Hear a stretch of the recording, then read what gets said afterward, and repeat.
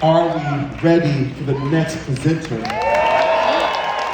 Rodney, the stage belongs to you.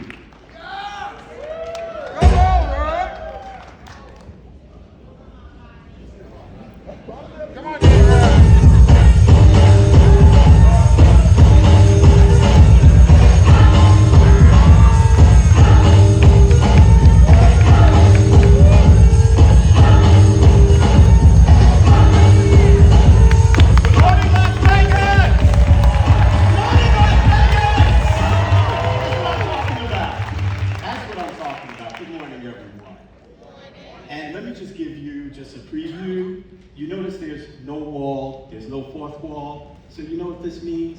I get to have a conversation. And can I talk with all of you just for the remaining 8 minutes that I have? Oh, excuse me, 7 minutes and 39 seconds. Can I have a conversation? Again, like I said, there's no wall, so when I ask a question, I would like a response. Can I have a conversation with you? Okay, so I want to start off by telling everyone a secret. The secret was, and I want to say thank you to NMAC for inviting me to be a plenary speaker during this opening session, but I gotta tell y'all, I hated the theme. I hated the theme of this plenary session. And the reason why I hated it was because when I thought about the politics of sex and pleasure during the pandemic, I'm like, what politics? Because it's really quite simple. No matter what pandemic, no matter what epidemic, no matter what who's-a-demic comes along, the bottom line is people are gonna have sex and want to experience pleasure. Period. Like the kids say, period.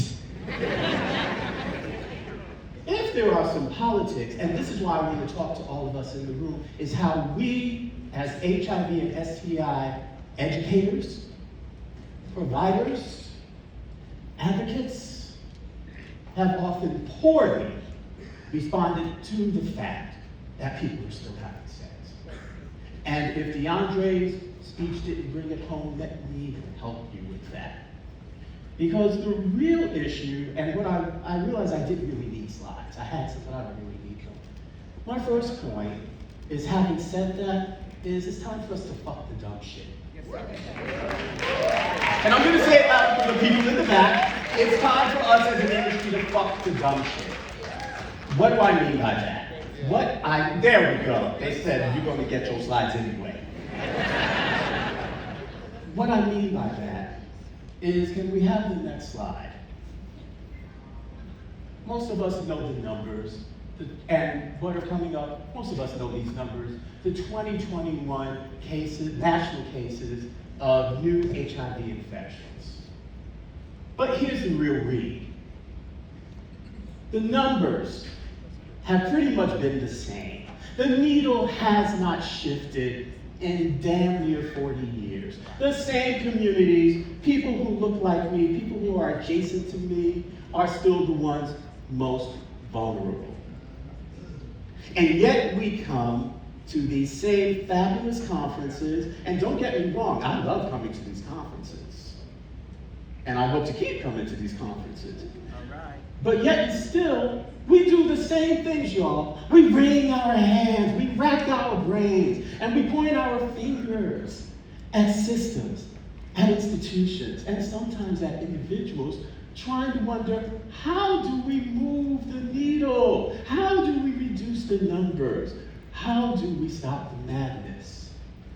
Let's have some real convo about madness. The same conversations we've been having about risk for the past 40 years doesn't work. Let me say that again, because all of a sudden everyone got deaf. The same conversations we've been having around risk do not work. And for those of us in recovery circles, as well as who are adjacent to them, what do we say? If you keep doing the same thing over and over again, it's what? Insanity. And it's time for us to stop being insane. So if you can bring up the second slide, that it's time for no more business as usual. Okay, now everyone's getting quiet. What do you mean by that, Leatherman? What I mean by that What I mean by that is that, first of all, I am thankful that Paul Kawada and his team at NMAC finally provided us a space to really look critically at sex and pleasure as viable means of HIV and STI prevention. Yes! Yeah! Finally. And it's time for us to really look at it. You know how we like to talk about PrEP, and how when we talk about the and how we talk about the effectiveness of PrEP because science backs it up? And you know, and again, as someone living with it, no, HIV is living with me. I was here first. So, and you know how we like to talk about treatment as prevention, as being effective, and U equals U because science backs it up. Science actually backs up pleasure-based strategies. I want to call attention to, and first of all, us helping us, the agency I work with, us helping us. So my colleagues in the House, let your presence be known. Us helping us. Thank you. Thank you. The Director of Research at Us Helping Us, Dr. Adedotun Ogunbajo, that's why you just go to IAD, worked with a team of researchers around the PrEP sexual expectation scale. And it was to measure, again, it was to measure what were people's motivations for accessing PrEP. And if you could go to the next slide. And I'm a trainer by nature, so I don't mind saying go into the next slide, please. So most of us are familiar with talking about sexual risk. And if you can pull up, there are two items. And I don't need to say what they are. But if you go to the next section, which talked about sexual pleasure, 6. And then we wonder why the messages might not be sticking, because we're working in a deficit. We're working in a deficit. If we focus on sexual risk, people don't like talking about risk. People like talking about pleasure. Yeah. Why don't POC access PrEP? Well, aside from a system that keeps PrEP away from us, again, if we're talking about risk all the time and not acknowledging and accepting pleasure, again, every single one of us in this room are acting and working in a deficit. It's time for us to stop the bullshit, fuck the dumb shit, no more business as usual. Let's talk about pleasure. Let us talk about pleasure. And I'm here to help you with that. Yeah. The next and final slide is just one simple question. One. And in fact, it's not up and my time is running low, so I'm just gonna say it. How can I support you in feeling good? That's what pleasure-based strategies are all about. How can I support you in feeling good? And I want to wrap up by telling a story. 21 years ago was when I was diagnosed with HIV, January 29th, 2002. And after I had cried my eyes out, after I had cried my heart out, you know what I did? I went to work. And I went to work because I wanted to feel normal, and I also had a meeting with a colleague to see how our organizations could work together.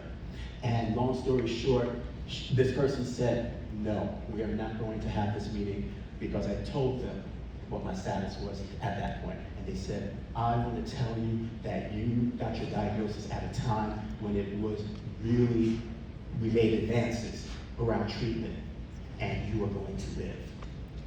That, first of all, that colleague was Michelle Lopez. It was Michelle Lopez.